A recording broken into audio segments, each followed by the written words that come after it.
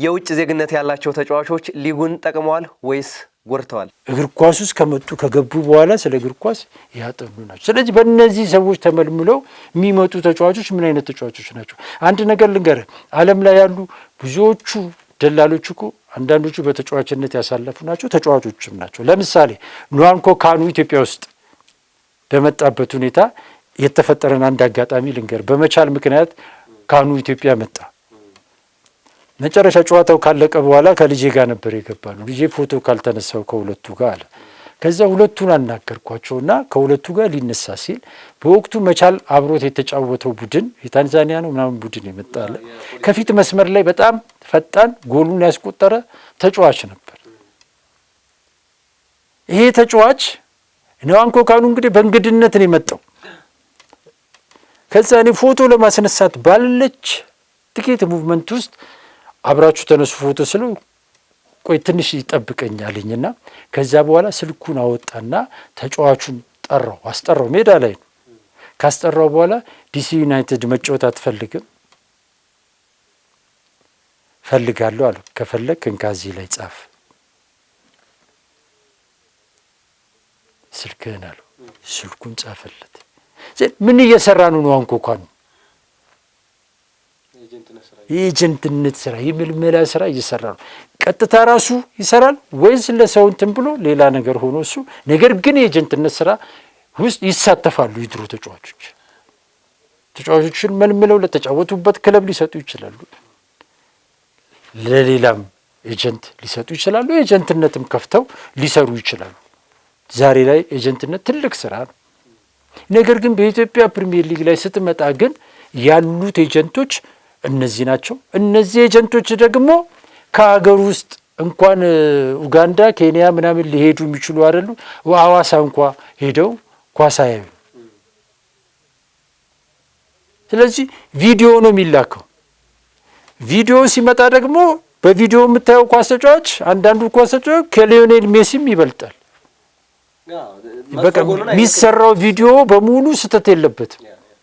በቃ ሁሌም ብዙ ቪዲዮዎች አይቻለሁ እኔ ከአሰልጣኞች ጋር አብረን ቁጭ ብለን አይተናል። የሚታዩ ቪዲዮዎች በሙሉ በቃ አስማተኛ ነው የሚመስሉ ኳስ ተጫዋች ሳይሆን ተጫዋቹ እና ያን ቪዲዮ ታይቶ ነው የሚመጣው። በፊት እንደውም የሙከራ ጊዜ እየተባለም ይታይ ነበር። አሁን የሙከራ ጊዜ የለም። ተጫዋቹ እንዲህ ስለሆነ ምናምን ስለሆነ እኔ ይቅርታ አድርግልኝ ከአንዳንድ ኤጀንቶች ጋር ተነጋግሬያለሁ። አሁን አይደለም የዛሬ 10 ዓመትም ተናግሬያለሁ። ፕሊስ እግር ኳሱ ሲያድግ እናንተም ገቢ አብሮ ያድጋል። ስለዚህ የምታመጡት ተጫዋች በጣም በጥንቃቄ የተሞላበት ይሁን። በቃ ገንዘብ የኢትዮጵያ እግር ኳስ አላጣም። የፈለጋችሁትን ገንዘብ መስራት ማግኘት ትችላላችሁ። ግን ጥሩ እግር ኳስ ተጫዋች አምጡ። ዛሬ አስገብተው ገንዘብ ልታገኝ ትችላለህ። ነገ ይሄ ልጅ ጥሩ ካልሆነ እኮ ነገ አትሰራም አንተ። ስለዚህ እንዲህ አይነት ተጫዋች ብታመጡ በሚል ከአንዳንዶቹ ጋር ቁጭ ብዬ የተከራከርኩበት የተነጋገርንበት ሁኔታ አለ እና አብዛኞቹ አያውቋቸውም። ተጫዋቾች የሚያመጧቸውን ተጫዋቾች ራሳቸው አያውቋቸውም እንኳን አሰልጣኞቹ። ስለዚህ በቪዲዮ ነው። በቪዲዮ ደግሞ ተጫዋች እንዴት ይመለመላል? አንድ ትልቅ የሀገራችን ባለሙያ በቴሌቪዥን ኳስ አይታ 4 ነጥብ ንግግር እንዳትናገር ይለኛል ሁልጊዜ። ምክንያቱም ቴሌቪዥን ስታይ ሙሉ ስዕሉን አያሳይህም። ስለዚህ ልጁን ብቃት የተሰጠራውን ታክቲክ እንትን አትረዳም ብልስ ይላል እና እኛ ሀገር ግን አብዛኞቹ ተጫዋቾች የሚመጡት በቪዲዮ ታይቶ። ስለዚህ በቪዲዮ አይተህ የምታመጣው ተጫዋች ደግሞ ሁልጊዜም ውጤታማ ሊሆን አይችልም። ስለዚህ ትልቁ ችግር ያለው ደላሎች። ከዛ በኋላ ያለው በየክለቡ ውስጥ ያሉ የተሰገሰጉ የኮሚቴ ሰዎች ናቸው። በቃ ገንዘብ ለማግኘት ሲሉ ከደላላው ጋር ይሻረካሉ። ከዛ አሰልጣኙ ላይ ተጽዕኖ ያደርጋሉ። ይገባል። ቅድም የጠቀስኩልህ የአርባ ምንጭ ግብ ጠባቂ ለዚህ ምስክር። የሌሎች ክለቦች ላይ ያሉ አሉ። አሁን ከተያዙት ውስጥ እንግዲህ 38 ተጫዋቾች 17ቱ አልተጫወቱም ብያለሁ። ወይም ጥቂት ሰዓት ነው የሸፈኑት። ምንም ያልተጫወቱ አሉ። በአቅም በጉዳት በምናምን ምክንያት ይወይዱዋል። እነዚህ ተጫዋቾች እንግዲህ ክለብ ከመፈረማቸው በፊትም እኮ ይታወቁ ነበር። ጉዳት ያለባቸው ይታወቃሉ። ሻባን የሱ ተጠቂ ነው። ለምሳሌ ኢትዮጵያ ቡና አሁን ከኩሉባሊ ጋር ተያይዞ አምና የተጎዳ ተጫዋች ዘንድሮ ላይ ለምንድን ነው ብለህ የምታስፈርመው? ምን ፈልገህ ነው የምታስፈርመው? ሌሎቹ ተጫዋቾች ማታውቃቸው ተጫዋቾች የጤና ምርመራ የኢትዮጵያ እግር ኳስ ፌዴሬሽን አቅርቡልኝ ይላል። እሺ ያን ጊዜ ያቀረቡት የጤና ምርመራ ትክክል ከሆነ እነዚህ ተጫዋቾች ለምን ጉዳት ያስተናግዳሉ? ጉዳት ካስተናገዱስ ለዚህ ስህተት መፈጠር ተጠያቂው ማን ነው ተብሎ ለምንድን ነው እርምጃ ማይወሰድበት? ይሄ አካል የኢትዮጵያ እግር ኳስ ፌዴሬሽን እኮ ተጭበርብር ያለው ብሎ እኮ መክሰስ አለበት እኮ አይደል? መጠየቅ አለበት። በቃ ሌብነት ነው እየተፈጸመ ያለው። ሀገር ነች እየተዘረፈች፣ ሀገር ነች እየተወረደች ያለችው። እንዴ ቅዱስ ጊዮርጊስ ፊፋ ድረስ ሄዶ ተከሰሰ። ሲከሰስ እኮ ቅዱስ ጊዮርጊስ ብቻ አይደለም የሚተከሰሰው፣ እነ አዳማ፣ እነ ጅማ አባጅፋር ሌሎችም ተከሰዋል አይደል? እነ መቀሌ ምናምንም ጭምር አይደል? ሲከሰስ የተከሰሰችው ሀገርም ነች። ስለዚህ ይሄ ነገር ዝም እንድትል ሊያስደርግ የሚችል ነው። ሌላው መጠየቅ ያለበት የኢትዮጵያ እግር ኳስ ፌዴሬሽን የኢትዮጵያ እግር ኳስ ፌዴሬሽን ጋር ውል የሚጸድቀው ውል ከጸደቀ በኋላ ይኸው አሁን ዳታው ከራሱ ከፌዴሬሽንም ነው ያገኘ ነው አይደለ? ከሊግ ካምፓኒው ነው ያገኘ ነው። እነዚህ ተጫዋቾች ለምን በዚህ ደረጃ ሊጫወቱ አልቻሉም ብለው መጠየቅ እኮ አለባቸው ክለቦቹን አይደል? ያለበለዚያ ተባባሪ ናቸው፣ የዝርፊያው ተባባሪ ናቸው። ሊግ ካምፓኒው እኮ ሊጉን የሚሸጠው ጥሩ እግር ኳስ ሲኖር፣ ስለዚህ ጥሩ እግር ኳስ ከማይኖርባቸው ምክንያቶች ደግሞ አንዱ የውጭ ተጫዋቾች ጉዳይ ነው። ስለዚህ በዚህ ጉዳይ ላይ ለምንድን ነው ይሁን በመረጃ በማስረጃ አለ ለምን አትጠይቅም? ለምን አትከስም? እንዴ የኢትዮጵያ ብሔራዊ ቡድን እኮ ጥሩ ግብ ጠባቂ የለውም። ለምን ይኸው 12ቱ ክለቦች በዜጋ የተያዙ ናቸው። እነዚህ ዜጋ ተጫዋቾች ለኢትዮጵያውያን ተጫዋቾች ዛሬ ላይ ጮቱ ለነገ ዋስትናችን ናቸው ወይ? ወጣቶቹ ከነዚህ ይማራሉ ወይ ብሎ የኢትዮጵያ እግር ኳስ ፌዴሬሽን ለምንድን ነው የማይጠይቀው? እንዲያውም የኢትዮጵያ እግር ኳስ ፌዴሬሽን ምንድን ነው ያደረገው? በኋላ ላይ ያመጣት አምና ዘንድሮ ላይ ያንዳንዱ ክለብ የውጭ ተጫዋች ካመጣ $1000 ለፌዴሬሽኑ ይከፍላል። እሱም ዝርፊያ ውስጥ ነው የገባው ማለት ነው። ይሄ ምንድን ነው ለኢትዮጵያ የሚጠቅመው? ምን ያግዷል? 150 ሺህ ብር እኮ ነው $1000 ማለት አይደል? $1000 ለክለቦች መክፈል ያቅታቸዋል? ሚሊዮን የሚያገኝ ኮሚቴ $1500 ቢከፈል ምንድን ነው የሚጎዳው? ምንም። ስለዚህ የኢትዮጵያ እግር ኳስ ፌዴሬሽንም ይህን ህገወጥነት ይህን ሌብነት ከማስቆም ይልቅ እሱም ዝርፊያ ውስጥ ገብቷል ብዬ ነው እኔ እንደ ግል የማምነው እንጂ ለኢትዮጵያ የሚጠቅም ከሆነ ለኢትዮጵያ ታስበው ከሆነ $1000 ክፈሉ አይደለም መባል ያለበት። የውጭ ተጫዋቾች ወደ ኢትዮጵያ እንዳይመጡ ወይም የሚመጡ ከሆነ ደግሞ ስርዓት ማበጀት ነው ያለበት እንጂ እኔም እነሱ ከዘረፉ እኔም ልዝረፍ ብለህ ገንዘብ መውሰድ ምንድን ነው የሚጠቅመው? ምንድን ነው የምታረግበት? እና ችግሩ ዘርፈ ብዙ ነው። በዋናነት በግለሰብ ደረጃ እነዚህ 3 አካላት አሰልጣኞች፣ ደላሎች እና የክለብ አመራሮች፣ በተቋም ደረጃ ስትመጣ ደግሞ የኢትዮጵያ እግር ኳስ ፌዴሬሽን እና ሊግ ካምፓኒውን ተጠያቂዎች ናቸው ነው ብዬ የምለው። ይህን ጉዳይ አይተው ማስቆም አለባቸው። አዎ ሲመጣ ከሌ ይምጣል ከሌን አምጣ ብሎ ማለት ሊግ ካምፓኒው ላይችል ይችላል። ነገር ግን አሁን ይኸው አንድ ዙር አለቀ አይደለ? ቁጥራዊ መረጃዎችን ይዞ ግን አሁን ግምገማ አረገናል። ግምገማው ምንድን ነው? ይሄን ያህል ብር ወጣ አልወጣም፣ ዳኛው አጭበረበረ አላጭበረበረም፣ ይሄ ነው ግምገማ። እግር ኳሱ ዋናው ቁልፉ እኮ እዚህ ጋር ነው ያለው። ሌላው በጣም እኮ የሚያስቅ ነገር አሁንም ከመጡት ተጫዋቾች ቅድም ነገር ያለው 12 ግብ ጠባቂ፣ 12 አጥቂ፣ 10 ተከላካይ፣ 4 አማካይ ከመጡት አማካዮች ውስጥ ደግሞ 4ቱም የተደራቢ አጥቂ ሚና ያላቸው ናቸው። እንዴ ሰጪ ሳይኖር አግቢ ይኖራል እንዴ? መኪና ያለ ሞተር ይንቀሳቀሳል እንዴ? የውጭ ተጫዋቾች ከመጡ እኮ የጨዋታውን ፍሰት የሚጨምሩ ውበት የሚሰጡ ተጫዋቾች ናቸው መምጣት ያለባቸው እኮ አይደለም። ጎሎች ቶሎ ቶሎ ሊቆጠሩበት የሚችል ሊግ እንዲሆን ሊያደርጉ የሚችሉ ተጫዋቾች ናቸው። ኢትዮጵያ መምጣት ካለባቸው እንኳን በቦታ ደረጃ እንኳን ስታይ ቅድም ነገር ያለው አሰልጣኞች ለመከላከል ጎል እንዳይገባባቸው ቢፈልጉት። ስለዚህ ኢትዮጵያ ፕሪሚየር ሊግ ዘንድሮ ላይ 1.7 ጎል ነው አይደል የሚገባው? 2 ጎል እንኳን አይገባበትም። ለምን ብለህ ስትልየው ለመከላከል ትኩረት የሚያደርግ ሊግ ነው። ለማግባት የሚፈልግ ሊግ፣ ለማግባት የሚሰጥ መኖር አለበት። የሚሰጡ ተጫዋቾች እኮ የሉ ሊጉ ላይ የመጡት በሙሉ ጎል እንዳይገባ የሚከላከሉ ናቸው 22ቱ። ስለዚህ እዚህ ላይ እንኳ ቆም ብሎ ነው የፌዴሬሽኑ ክለቦቹም እንዴት ነው ማያዩት? ይሄንን ይኸው ራሳቸውን ያመጡት እኮ ተፈቀደላቸው፣ በነፃነት አመጡ። ምን አሉ? ምን መጣ ብለህ ግን መጠየቅ የፌዴሬሽኑ የኛም የሊግ ካምፓኒው ጉዳይ መሆን አለበት። ስለዚህ ትልቁ ክፍተት ብዬ የምለው እነዚህ አሁን የጠቃቀስኩልህ አካላት ጋር ያለ መሰረታዊ ችግር ነው። በዋናነት ደግሞ የኢትዮጵያ እግር ኳስ ፌዴሬሽን፣ ምክንያቱም እግር ኳሱን የሚመራው እሱ ነው። ስለዚህ የውጭ ተጫዋቾች እንዴት ነው መምጣት ያለባቸው፣ መቼ ነው መምጣት ያለባቸው ለሚለው ነገር ግልጽ የሆነ የተቀመጠ ግብ ሊኖረው ይገባል። የሊግ ካምፓኒውን በተመሳሳይ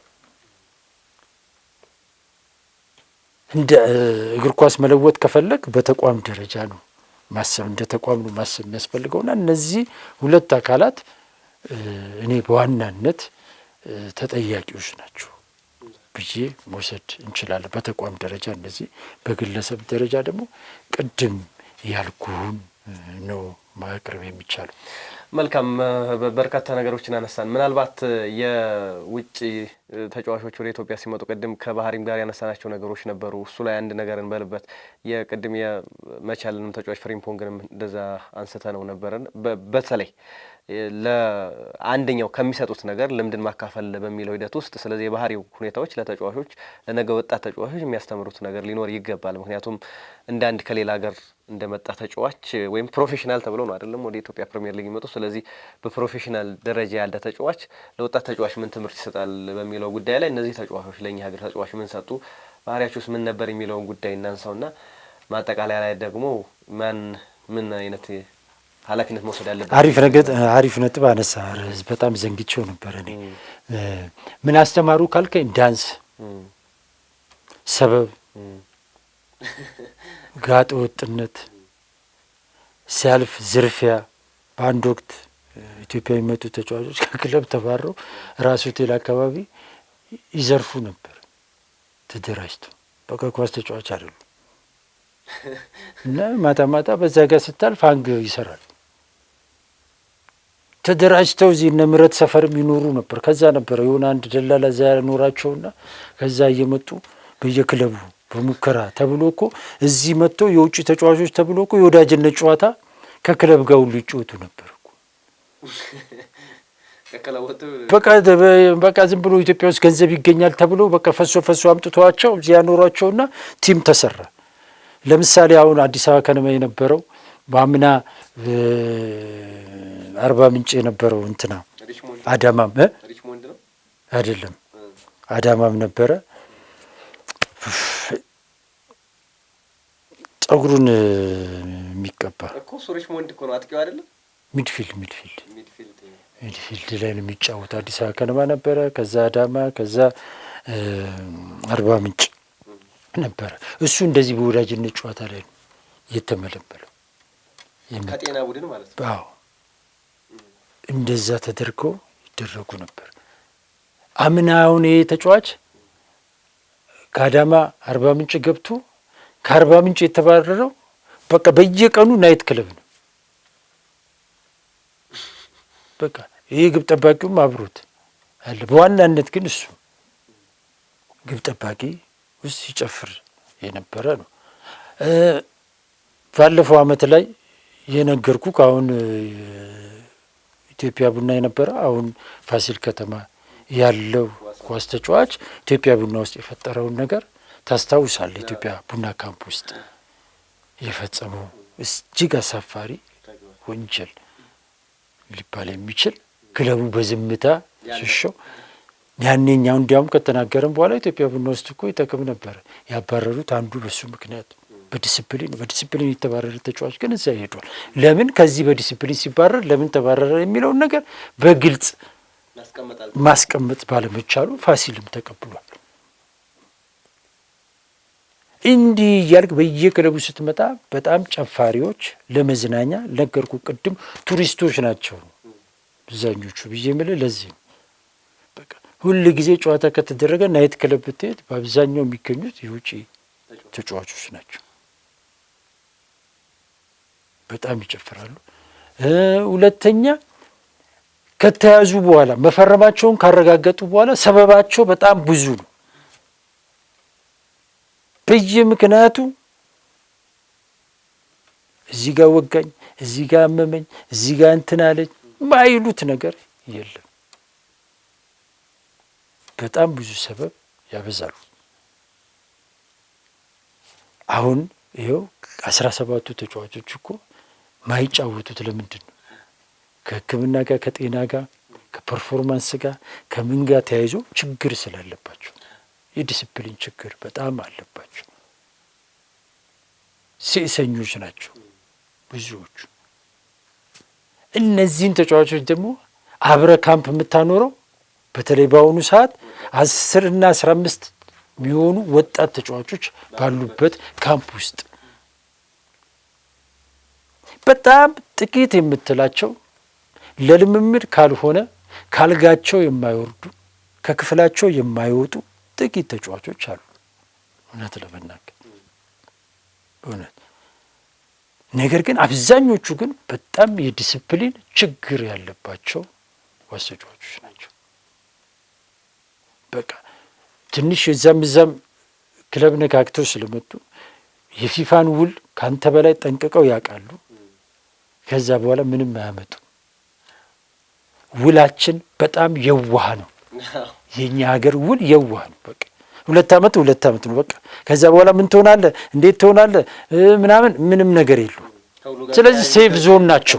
አዎ ሴፍ ዞን ናቸው። ስለዚህ ውጡ ብለህ ብትላቸው ብራቸውን ከፍል ነው። 2 ወር ባትከፍል ሮጠው ወደ ሀገራቸው ነው የሚሄዱት። ምክንያቱም 2 ወር አልከፈለኝም ስለዚህ ተጫወት ብለህ አታስገድዱ። ይሄን ህግ የኛ ሀገር አሰልጣኞችም አመራሮችም ምንም አይችሉም። ስለዚህ ለምን ሆኖ የሚያጫውቷቸው እነዚህ 38 ተጫዋቾች አሁን በፈለገ ጊዜ ማንም ክለብ ምንም ሊያረጋቸው አይችልም። ስለዚህ በደንብ መዝነን ለክተን ስለማንቀጥራቸው ህጉንም ጠንቅቀን ስለማናቅ ይቀልዱባል አብዛኞቹ። ስለዚህ የስራ ተነሳሽነት የላቸው፣ የሙያ ፍቅር የላቸው፣ አብዛኞቹ ጉዳተኞች ናቸው። ስለዚህ የስራ ተነሳሽነት ላይ ይሄ ቲም ስፕሪት ላይ ምናምን ነገር የሉበት። ሌሎቹን ሞራል ሌሎቹን ተነሳሽነት ይዘው የሚጠፉ ናቸው። ይሄ የሚሆነው ደግሞ ለምንድን ነው? አብዛኞቹ እድሜያቸውም ቢገፉ ስለሆነ ያንንን ማድረግ አድርጉ የምትላቸውን ነገር ማድረግ ቢፈልጉ ማድረግ ስለማይችሉ በስራ ተነሳሽነት ላይ ከፍተኛ ተጽዕኖ ያደርጋሉ። ስለዚህ ከሜዳ ውጪ ሜዳ ላይ ብቻ ሳይሆን ከሜዳ ውጪ ያላቸው ባህሪም አብዛኞቹ በሚባል ደረጃ የውጭ ተጫዋቾች አርያ መሆን የሚችሉ አይደሉም። ይሄ በራሱ በእግር ኳሳችን ላይ በተጫዋቾችን በስነ ምግባር መቅረጽ ላይም ተጽዕኖ ፈጥሯል። ይሄው ሰሞኑን ኢትዮጵያ ቡና ውስጥ የምታየው ነው።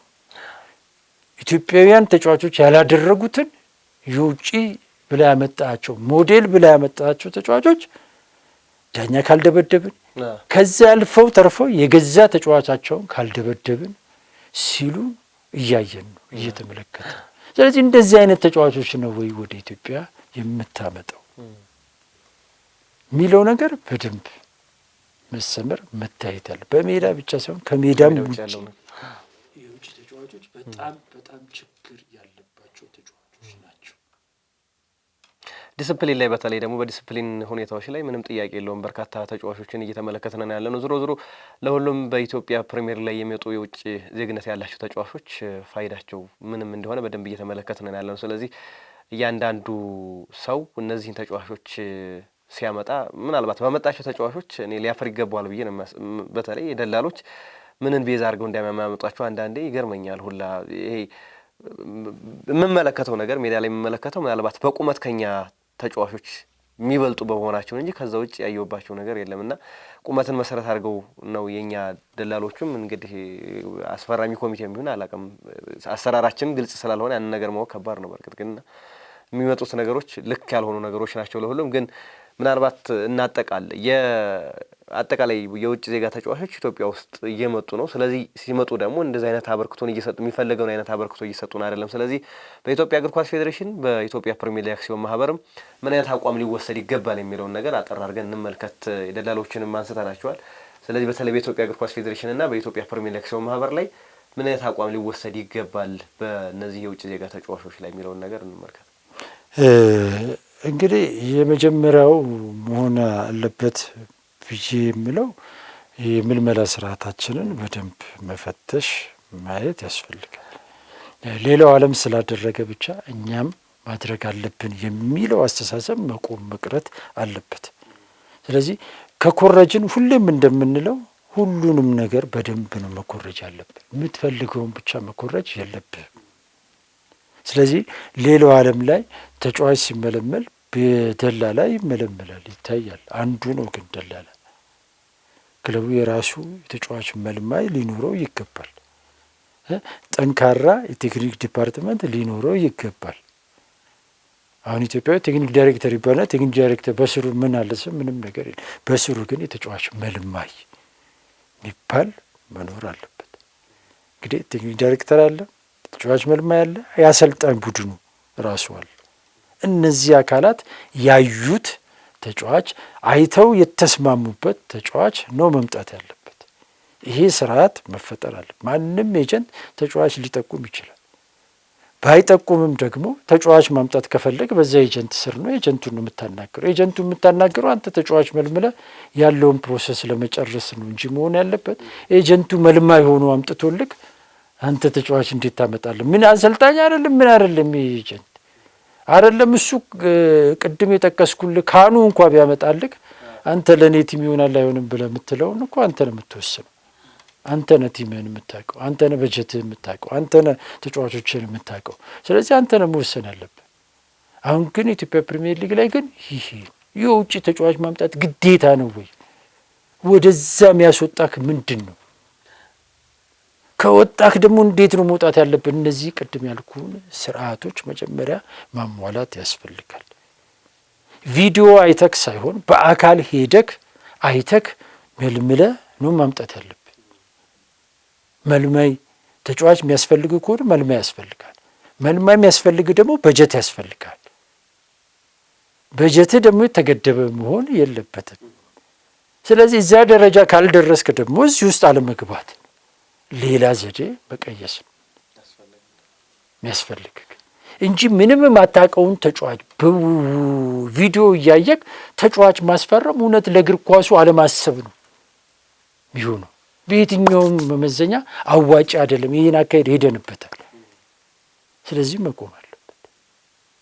በዚህ መልኩ ተጫዋች እኔ መምጣት አለበት ብዬ አላምንም። ጠንካራ የመልማይ ቡድን መቋቋም አለበት። ዳይሬክተር አይቭን አሰልጣኝ ብቻውን ራሱ መሆን የለበትም ብዬ ነው ማምነው። ዳይሬክተር መኖር አለበት። ከዳይሬክተሩም ደግሞ ስር ደግሞ መልማዮች መኖር አለባቸው። አሰልጣኙ ተጫዋች ለመመልመል ቡድን ይምራ፣ እንደገና ተጫዋች ይመልመል። ሄዶ ለማየት እኮ ጊዜ ይፈልጋል። አይ ያላየውን ተጫዋች እንዴት ነው የሚይዘው? ስለዚህ መልማይ ኮሚቴ መቋቋም አለበት። ከዛ ያ መልማይ ኮሚቴ ያመጣለትን ደግሞ ቁጭ ብሎ አይቶ አስፈላጊ ከሆነ ደግሞ በአካል ሄዶ የሚያይበት ሁኔታ ተመቻችቶ ነው መወሰን ያለበት እንጂ ዝም ብሎ ቁጭ ብሎ ደላላ ያመጣለትን ቪዲዮ እያየ ከሌ ይምጣልኝ ብሎ ማለት የለበትም። ስለዚህ ጠንካራ የመልማይ ዲፓርትመንት መቋቋም አለበት። ስለዚህ ከሌላው ስንኮርጅ በደንብ ሁሉንም ነው መኮረጅ አለብን እንጂ ምን ፈልጋትን ነጥለን መተግበር ጉዳት እንጂ ጥቅም አላመጣም። አንዱ ይሄ ነው መደረግ ያለበት። ሌላው መደረግ አለበት ብዬ የሚለው ጥብቅ የሆነ የኮንትራት ውል መኖር አለበት። ውላችንን ክለቦቻችን በደንብ መፈተሽ አለባቸው። የኢትዮጵያ እግር ኳስ ፌዴሬሽን ያወጣው 2 ገጽ 3 ገጽ ውል አለ። እሱ ብቻውን በቂ አይደለም። በቃ እሱ ለመሰረታዊነት መሰረታዊ የሚባሉ ነገሮችን የያዘ እንጂ ዝርዝር ነገሮችን የያዘ አይደለም። ስለዚህ ተጫዋቾች ክለቦች ከተጫዋቾች ጋር ሲዋዋሉ ኢቭን ስንት ጎል ታገባለ፣ ይሄን ያህል ጎል ካገባ ይሄን ያህል ኢንሴንቲቭ ሰጣሃለሁ እስከሚል ድረስ መዋዋል ይቻላል። ስለዚህ ውሉ በደንብ መፈተሽ አለበት። ቅድም እንደነገርኩ ተጫዋቾቹ ከገቡ በኋላ አንዴ ውሉን ከፈረሙ በኋላ ምንም አንሆንም ብለው እንደፈለጉ የሚያደርጋቸውን ውል ማቅረብ መቆም አለበት። እንዲያውም በኢትዮጵያ ተጨባጭ ሁኔታ እኔ መደረግ አለበት ብዬ የምለው በውሉ ውስጥ መካተት ካለባቸው ነጥቦች አንዱ ተጫዋቹ ከፈረመ በኋላ ፐርፎርማንሱ እየታየ ውሉ ሊቀጥልም ሊቋረጥበት የሚችልበትን እድል ማስገባት ይቻላል በፊፋ። በነገራችን ላይ ፊፋ ስታስፈርም እስከ የ1 ወር ውል ሁሉ አስፈርም ይፈቅድልሃል። 2 ወር አመት 2 አመት ግዴታ አይደለም። የ1 ወርም ውል ቢሆን መዋዋል የሚቻልበት እድል አለ። ይሄ የሚደረገው ለምንድን ነው? በተጫዋቹና በክለቡ መካከል በደንብ ተዋውቀው ተግባብተው እንዲፈርም ውል እንዲፈጸም ስለሚፈልግ ውሉ አንዴ ከተፈጸመ በኋላ ስለማይፈርስ። ስለዚህ ተጫዋቹን በደንብ ይው ገብቷል። አንዳንድ ተጫዋች በልምምድ ታየውና በጌም ላይ አታውቁም። ልምምድ ላይ ጥሩ ነው፣ ጌም ላይ ሲገባ እንትን። ስለዚህ በዛ 1 ወር ውስጥ ግን ጌሞች ላይ ታየዋል። ውል አስፈርመው የከፈልከው ታየዋል። እዛ ላይ ካልጣመቅ ታሰናብታል፣ ውል ልታቋርጥ ትችላል። ስለዚህ እስከ 3 ወር በ3 ወር ውስጥ አይቼ ውል ትፈጽማለህ። በ3 ወር ውስጥ አይቼ ይሄን ያህል ፐርፎርም ካላረክ አሰናብታለሁ፣ የጤና ችግር ካገኘውብህ አሰናብታለሁ ምናምን የሚሉ የታዩ ብዙ ችግሮች አሉ። እነዛ ችግሮች በውሉ ላይ የሚገቡበት ስርዓት መፈጠር አለበት። ለክለቡ ዋስትና፣ ለሊጉ ዋስትና፣ ለሀገራችን እግር ኳስ እድገት ዋስትና የሚሆኑ ውል ነው። ስለዚህ እዛ ጋር ጠንካራ ውል ከሌለ ጠንካራ ተጫዋቾችን ልናገኝ አንችልም። ተጫዋቾቹ እንደፈለጉ አይቀርም። አሁን ናይት ክለብ ጨፍሮ መጣ፣ ምን ታደርገዋል? ውል አሉ። አሰናብተዋለሁ ብለው ደስታን ልል ብሎክ ነው የሚሄደው። ምክንያቱም የዓመት ደሞዙን ትሰጠዋለህ። ከዛ እዛኛው ክለብ ሄዶ ይገባል። በአመት 2 ክለብ 3 ክለብ ሊቀይር ይችላል ይሄ ተጫዋች፣ በዚህ ተጠቃሚ ነው።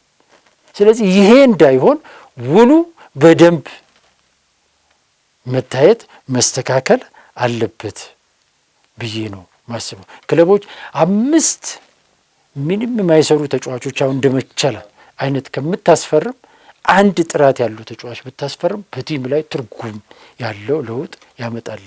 ብዛት ሳይሆን ጥራት ላይ ክለቦቻችን እነዚህ 6 ዜጋ ተጫዋቾች እኮ ምንም ጎል ሳያስቆጥሩ ዳዊት ካሳውና ሁዜፋ እኮ ጎልና አሲስት አላቸው። በቃ ስለዚህ እንደዚህ አይነት ነገር ማድረግ ያስፈልጋልና እዚህ ውል በተለይ ውል ላይ ኢትዮጵያውያን ክለቦች አብዛኞቹ ለችግር እየተጋለጡ ያሉት ከውል ጋር ተያይዙ የውጭ ተጫዋቾች በውል ተጠቃሚዎች ናቸው። ስለዚህ እዚህ ውል ላይ ኤጀንቱንም ተጫዋቹንም ማሰር የምትችልበት እድል አለ። ስለዚህ ለውል አይናቸውን በደንብ መክፈት ይጠበቅባቸዋል ክለቦቻችን። ሌላውና ትልቁ ቁልፉ ነጥብ ደግሞ ቀደም ሲል የጠቀስኩልህ የኢትዮጵያ እግር ኳስ ፌዴሬሽንና የሊግ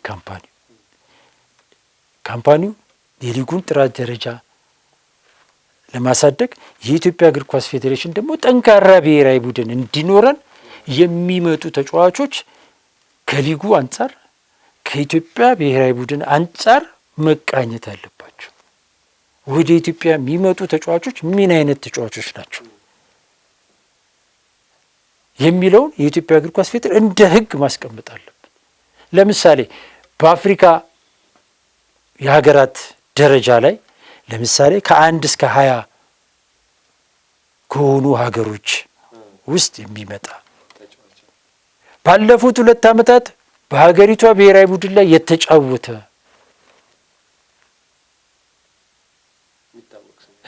የሚታወቅ ሊሆን ይችላል። እንደ ግብ ጠባቂ አይነቱን አንቀበልም ልትል ትችል ይሆናል። በአንድ ክለብ ውስጥ ከአንድ አጥቂ በላይ ማስፈረም አይቻልም ሊባል ይችል ይሆናል።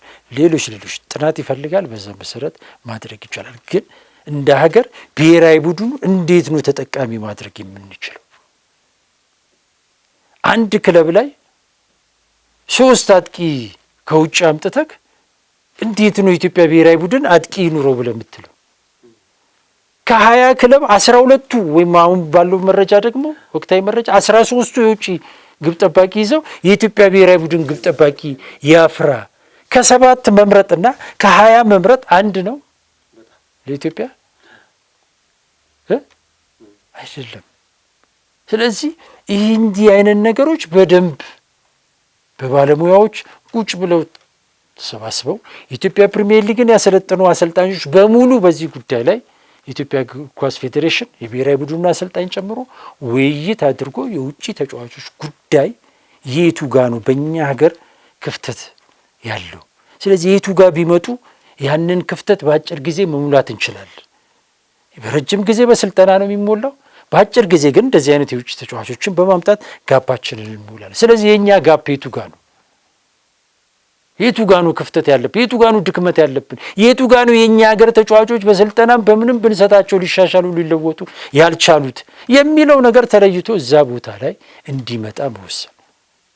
አለበለዚያ እንዳሁኑ በአሰስ ገሰሱም በየቦታው የሚመጣበት ሊግ መሆን የለበትም።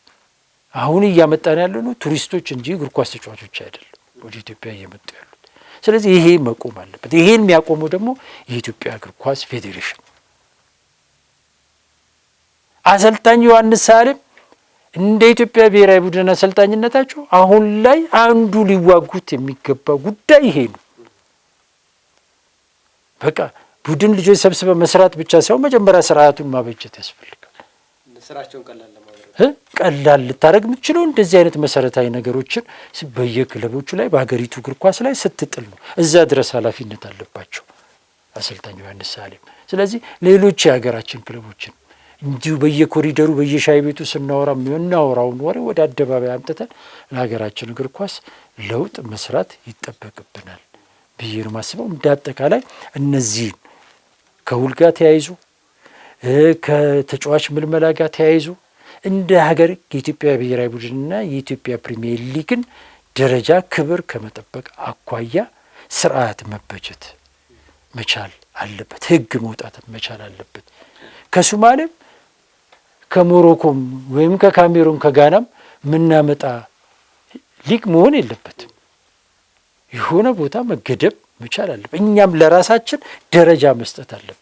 የቱ ጋር ተቀምጠን ነው ደረጃ የምናወጣው እንዳትለኝ እንጂ ደረጃ ግን ዞሮ ዞሮ በየትኛው መመዘኛ መቀመጥ ራሳችንም ደረጃ ውስጥ ለማስገባት ደረጃ ውስጥ በቃ መለኪያችን አንዱ መሆን ያለበት ይሄ ስለሆነ ስለዚህ እዛ ጋር ደረጃ መውጣት አለበት በሚለው ነገር ነው የምስማማው። መልካም እንግዲህ እናጠቃል። ምናልባት በበርካታ ጉዳዮችን አንስተንበታል። የውጭ ዜግነት ያላቸው ተጫዋቾችም ወደ ኢትዮጵያ ሲመጡ ለሊጉ ምን አይነት አበርክቶ ማበርከት አለባቸው የሚለው ጉዳይ ላይ እንግዲህ ሁሉም ሰው የራሱን የሆነ ድርሻ ሊወስድ ይገባዋል። በተለይ የክለብ አመራሮች፣ አሰልጣኞቻችንና እንዲሁም ደግሞ ደላሎች በዚህ ጉዳይ ላይ ቀዳሚ ኃላፊነት አለባቸው። ስለዚህ ኃላፊነታቸውን በሚገባ ማጤን አለባቸው። ስለዚህ ሊጉ ላይ የሚያመጧቸው ተጫዋቾች የሊጉን የጥራት ደረጃ ከፍ ከማድረግ ይልቅ ዝቅ እያደረጉ ስለሆነ ይህን ነገር በደንብ ማሰብ ይጠበቅባቸዋል። ውድ ተመልካቾቻችን የውጭ ዜግነት ያላቸው ተጫዋቾች በኢትዮጵያ ፕሪሚየር ሊግ ላይ ምን አስተዋጽኦ አበረከቱ በሚለው ርዕሰ ጉዳይ ላይ ቆይታ ያደረግንበት የዛሬው የብስራታ ፕሮግራማችን የተከታተላችሁትን ይመስል ነበረ። ያላችሁን ሀሳብ አስተያየት፣ በተለይ ደግሞ የውጭ ዜግነት ያላቸው ተጫዋቾች ወደ ኢትዮጵያ መጥተው ምን አበረከቱ በሚለው ጉዳይ ላይ ያላችሁን አስተያየት ደግሞ በኮሜንት ሴክሽን ላይ አካፍሉን። ፕሮግራሙን አዘጋጅቶ እናንተ ባንረሱ መላኩ ወልደሰንበትና እኔ አንተነህ ታረቀ ከመላው የስቱዲዮ ባለሙያዎች ጋር በጋራ በመሆን አብረናችሁ ቆይታ አድርገናል። ሰናይ ጊዜን ተመኝ